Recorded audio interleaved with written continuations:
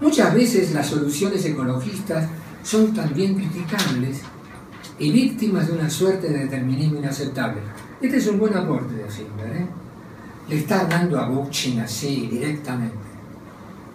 La creencia de que debemos elegir entre la sociedad industrial con sus consecuencias desastrosas, incluso para el entorno ambiental, y la vida simple, ya no en grandes ciudades, sino en villas con rechazo de todo uso de tecnología a gran escala, es, según Finber, esencialmente determinista. Hay lugar a alternativas tecnológicas con la preservación del entorno ambiental. En todos los casos se nos dice, usualmente, que debemos elegir entre dos variables, el sistema industrial o el entorno. Esta es la base de la teoría conservadora que pretende responder a las políticas ecologistas. Peor hoy, porque por debajo de dicho conservadorismo se halla la versión liberal extrema, que a nivel económico tiene nombre y apellido: neoliberalismo. Es este el que supone que el crecimiento es el estándar de progreso, que la obsolescencia planeada es un fin en sí mismo, que ser es tener, que el mercado es el locus de la racionalidad y que no solo la tecnología, sino también la ciencia es valorativamente neutra. La ecosofía debe ir más allá de una crítica a las versiones ortodoxas de la tecnología y llegar al meollo económico para realizar una crítica devastadora a tal neoliberalismo. Uno de los problemas, muchos problemas que presenta tal versión neoliberal para la evaluación en tecnología, es que es difícil asignar valor monetario a cosas como la buena salud o la belleza. El análisis costos-beneficios, presuponiendo el ropaje neoliberal, está fundado en expresiones ideológicas de lo que es bueno o malo, o sea, bueno o malo según los intereses ocultos que se sostengan. Por eso coincidimos con Finber cuando enfatiza que, lo cito, el análisis costos-beneficios no puede darnos una filosofía ecológica. Y entonces puedo saltar a la segunda parte, ¿no? Yo decía que había en mi trabajo una parte negativa y una parte positiva. La parte negativa es: hay que abandonar el paradigma dominante. De esto hablamos hasta ahora. La parte positiva no es original, es cuáles son las tesis centrales de una propuesta ecosófica. Esta es la parte que escribí, la parte de Finber, con mayores dudas. ¿Por qué? Porque no tengo suficiente material en la cosa que he escrito. Por ejemplo, acá decimos: llamamos ecosofía a la filosofía que sus principios o normas básicos serían: primero, rechazo de la imagen dicotómica humanos-entorno a favor de una imagen relacional totalizadora. De ahí la necesidad de una metafísica cósmico-ecológica, enfatizando la identidad yo-tú, you-thou, se dice, humanos-naturaleza, tal como lo hacían nuestras más eminentes culturas precolombinas en nuestro continente. Un ejemplo de esta cosmovisión en la que el hombre considera la naturaleza como otro ser viviente a que hay que respetar es la práctica. Yo lo escuché en la Quebrada Humahuaca, ya hace muchos años. Es la práctica que aún hoy existe en ciertas regiones de los Andes, cuando los indígenas siembran la tierra, caminan en puntas de pie y cuando se les preguntan para qué, ellos dicen: para no molestar a la Pachamama que está germinando. Son toda una cultura, distinta, pero son toda una cultura. Sobre eso redefino una cultura muy distinta. Bueno, si eso forma parte, la finalidad es obvia, ¿no? Igual respeto al semejante como a todo ingrediente en la naturaleza.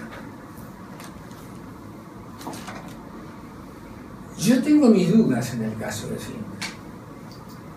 Si Finber estaría con esto de acuerdo.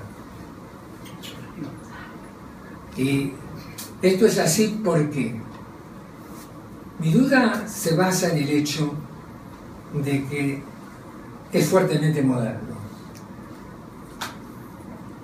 Por el otro lado, ¿sería posible una modernidad alternativa con este principio? Y todo tiene que ver con una categoría fundamental, que es la categoría de sujeto. O sea, estrechamente relacionado. Entonces ya sabemos que en la primera tenemos serias dudas. Mi respuesta es casi negativa al respecto, pero mis serias dudas tienen que ver con la categoría de sujeto, la centralidad de la categoría del sujeto para el pensamiento moderno. Incluso Habermas, para contestar a la crítica de los posmodernos en que el sujeto individual habló que el sujeto de la modernidad no es estrictamente el sujeto individual, pero es toda una discusión en la cual hasta Kuhn intervino en la discusión, poniéndose del lado de Habermas. Sí, en Kuhn es una epistemología con sujeto cognoscente, no sin sujeto cognoscente. Bueno, estrechamente relacionada con lo anterior, se propone un igualitarismo biosférico, o sea, igual respeto por todas las formas de vida, en oposición al antropomorfismo dominante.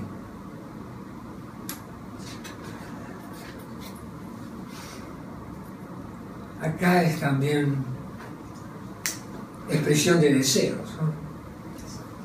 O sea, en aras de la consistencia, digo yo, y aplicando el principio de caridad argumentativa, como no tengo tan fuertes razones para afirmar negativamente lo que dije antes, también, como él no se mete con este tipo de cosas, con este tipo de cuestiones, yo me animo a decir de que queda flotando en el aire. Si le aplico el principio de caridad argumentativa, tengo que decir no tengo razones terminantes para negar este número 2.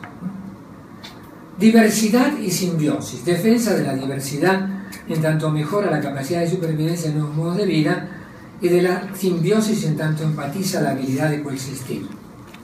Ambas categorías involucran la desaparición de la explotación y de todas aquellas actividades que involucran a largo plazo la eliminación de formas de vida. Acá tengo que decir que, en función del pluralismo de Finber y en función de la posibilidad de modernidades alternativas, yo no descarto la posibilidad de modernidades en donde esto sea aceptado. Es más, ¿era moderno Darwin? Esto es darwiniano. Son dos categorías bien darwinianas. 4. Anticlasismo. Esta es muy interesante. Se aboga por la extensión de 1 o 3 a todos los grupos y conflictos entre naciones desarrolladas y en desarrollo. O sea que exijo diversidad y simbiosis.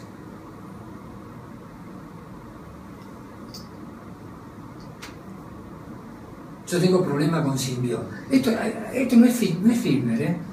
Esto es una suerte de divergencia que yo tengo con este número 4 trasladado al caso social. La simbiosis es siempre bienvenida cuando estoy hablando de culturas y sociedades. Digamos que tendría que escribir no un decálogo, sino varios decálogos de restricciones a esa simbiosis, por una muy simple razón. Cuando escucho en Madrid a los españoles hablar de la conquista de América, es como si hubieran producido una simbiosis. Y les dimos la lengua y la religión, y mi padre era asturiano, ¿no? Si no estoy tomando el pelo, todo lo contrario.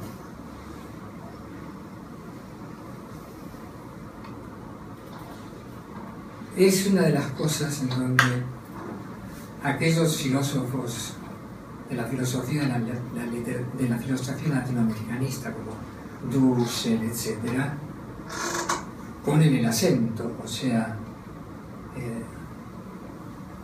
hay categorías que parecieran propias de la modernidad, que para el caso social han cumplido un rol legitimador de forma de explotación hegemónica impresionante. Impresionante. Es decir, que trasladar eso que a nivel biológico es un dato, acá no hay que oponerse o no, es un dato, se da. Y se da para mejor. Forma parte del desarrollo positivo, es muy embromado, muy antidarwinano poner nota de positividad hacia algo mejor. Pero a nivel sociedad y cultural, cuando concibo a la sociedad y su cultura, me parece legitimador. Me parece un rol legítimo. Es una forma de naturalizar el desarrollo cultural. Yo tengo problemas con 4. Así que ustedes, si por su parte, si en algún momento se les ocurre ponerse a pensar sobre Finber, bueno, si Finber tiene problemas, mejor para mí, mejor para Finber, desde mi punto de vista. No se puede escapar el hecho de que esta simbiosis generalmente juega ese rol. Puede jugar un rol positivo y puede, por no poder, se pueden tantas cosas. Generar zonas sintéticas. Claro. Bueno, y el principio de complejidad estatuye la subordinación de las economías complejas a criterios ético-ecológicos y defiende la variedad integrada de modos de vida agrícola, industrial, especializado o no especializado, intelectual y manual. Este principio de complejidad se opone a la máxima suprema de la hipersimplificación expresada en el no hay otra, etc. Yo creo que con esta Finber estaría totalmente de acuerdo. 8. Principio de autonomía. Enfatiza la autonomía local y la descentralización, lo cual hace necesario la reducción en los números de eslabones en las cadenas de decisión jerárquica. Finber ha reiteradamente señalado sus reservas acerca de la necesidad de abandonar lo macro, lo urbano a favor de lo micro y lo agrícola. Ello constituiría parte de su rechazo a los usos de trade-offs ya señalados. Así que con 8 no hay duda. Estos principios, en su mayoría consistentes con la postura de Finber, son normativos, aunque señalamos algunas excepciones, propios de una filosofía de la armonía ecológica, etcétera, etcétera, etcétera. Y el paso siguiente, que no sé si vale la pena que yo entre, porque es una discusión aparte, es el caso de la ética. No hay... Lo que a mí me interesa señalar es lo siguiente.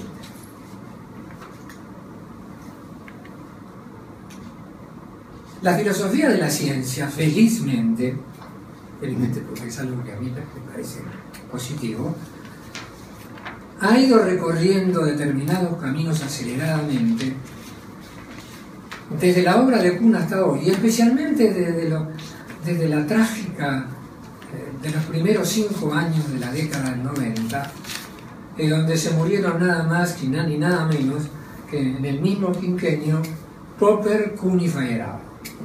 Son pérdidas importantísimas.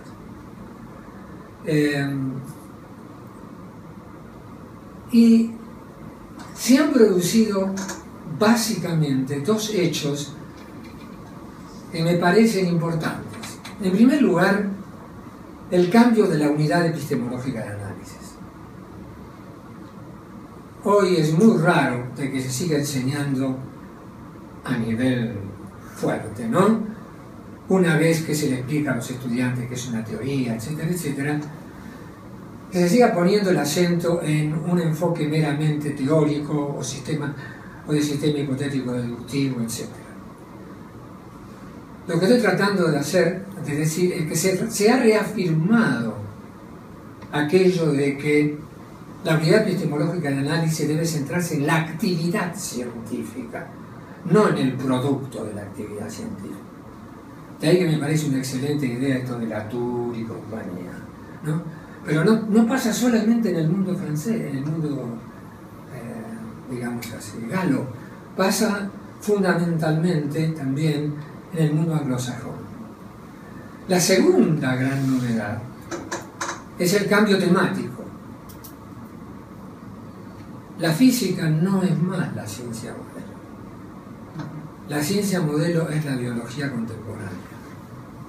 La biología entendida como gran síntesis y además especialmente en su versión molecular, digamos así. Esto explica que Kitcher tenga la importancia que tiene. Porque el primer gran trabajo de Kitcher es acerca de esto. Para poder hablar de la ciencia y de su avance, hay que hablar de prácticas científicas, y las prácticas científicas son una cosa muy diversa. Y en esto, para decir esto, se inspira en la obra de Darwin. Lee a Darwin y a través de la lectura de Darwin propone una nueva unidad epistemológica, que poco o nada tiene que ver con lo anterior, y donde el énfasis, escuchen, práctica individual, práctica consensuada, en donde la actividad es el núcleo de discusión.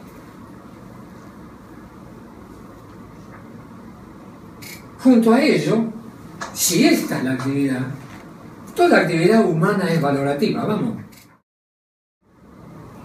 Este cambio de la unidad de análisis, desde Kuhn hasta él, en un determinado momento, uno de los ingredientes es valores. Dicho así, abiertamente. Como la noción de paradigma está dicho. El segundo gran componente de un paradigma son valores. Y valores que no son solamente epistémicos, sino que son valores de todo tipo, contextuales fundamentalmente. Creo que en Finber esto es explícito y bienvenido. La presencia constante de referencia a valores especialmente de carácter social, muchas veces dice políticos, etc. Si esto es así, para mí el núcleo teórico de una ecosofía es la ética. No digo nada nuevo para la tecnología. Es notable que lo mismo lo dice para la ciencia en la última obra, que termina su mujer porque no la pudo terminar, La conquista de la abundancia. Un libro que recomiendo, Paul Feyerabend, en donde él dice directamente el comienzo, aquel lugar donde Wittgenstein, en una frase genial e inmortal, llega un momento en que el filósofo tiene que hacer descansar la espada. Y entonces el que lee su filosofía tiene que saber mirar dónde hizo reposar su espada. Lo que yo estoy diciendo es que al final de mi vida, mi espada se ha depositado, estoy hablando de él, de Feyerabend, ¿no? Se ha depositado en la ética, en la teoría de los valores. Porque debemos comenzar al estudiar el conocimiento científico, preguntarnos, para poder responder a todas las demás preguntas, ¿cuáles son los objetivos de esa actividad? Y la respuesta a la pregunta de los objetivos es ineludiblemente una respuesta acerca de valores. Se olvidó de no poner una nota a pie de página, porque muchas veces él le rindió homenaje, se lo tendría que haber rendido homenaje otra vez. Muchos años atrás, lo dijo Hempel,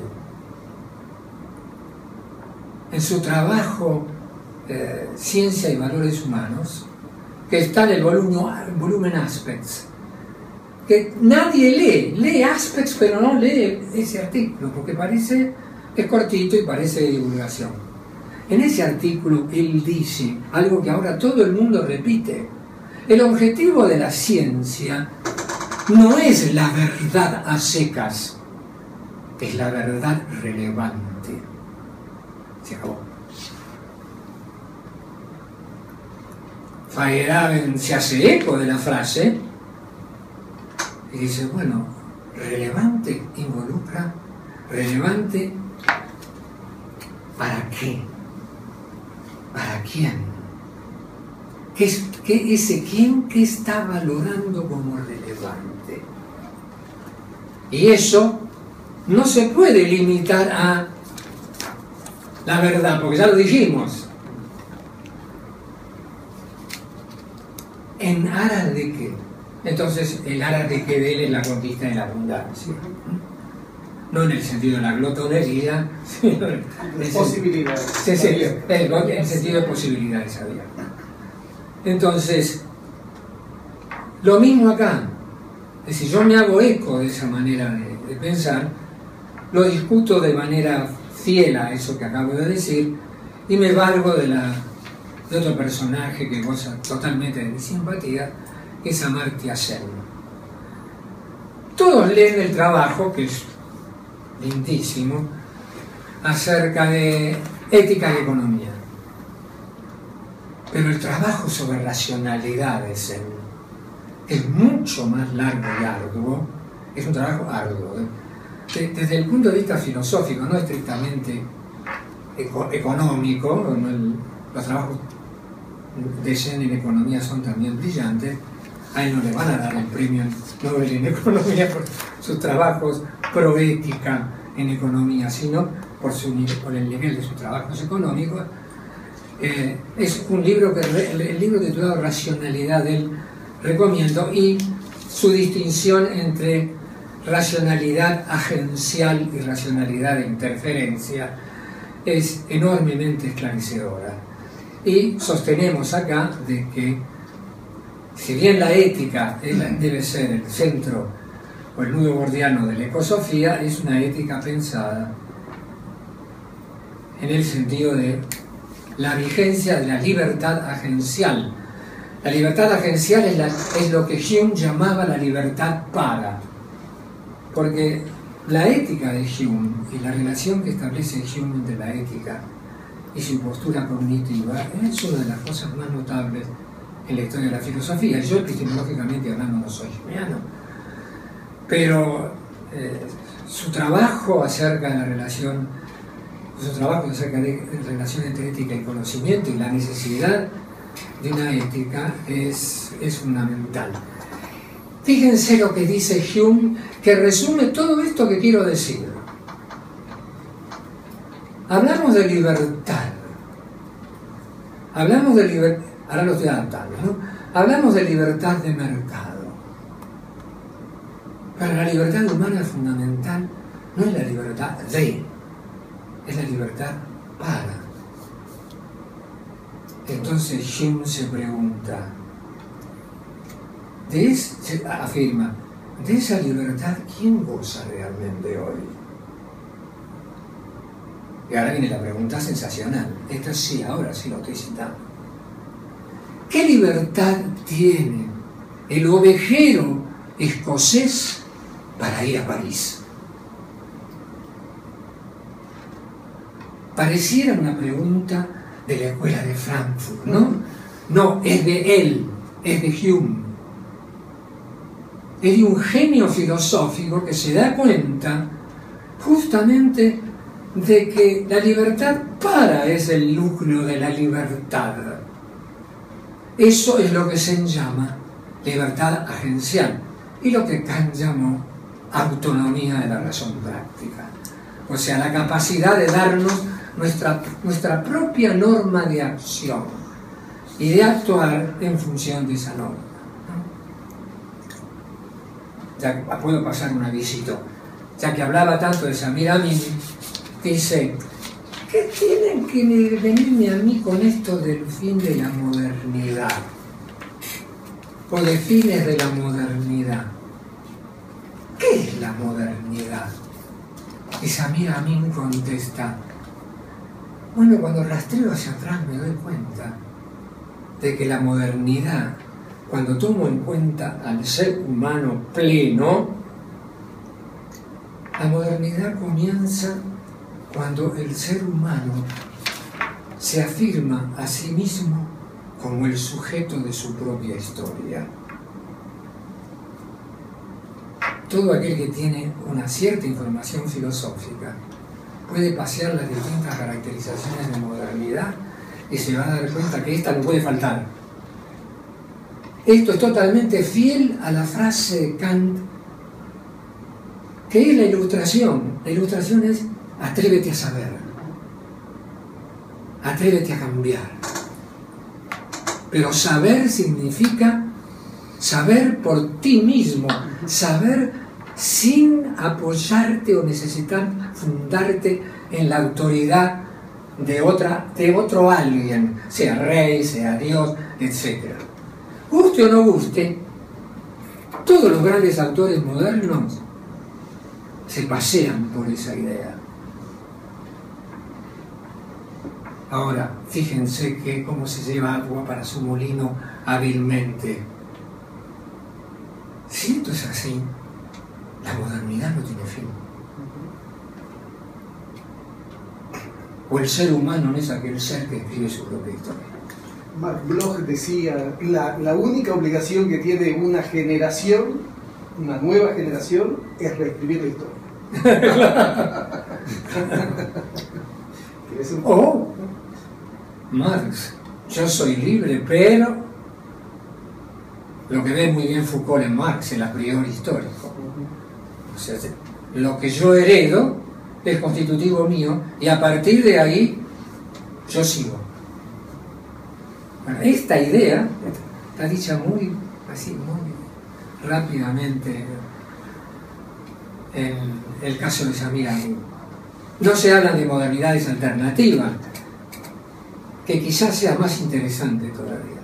Pero yo encuentro, para terminar, yo encuentro la tesis de Finberg acerca de modernidades alternativas como fiel, en el sentido de como condición necesaria de ella, el hecho de que el hombre escribe su propia historia. Es una condición necesaria para poder decir lo demás.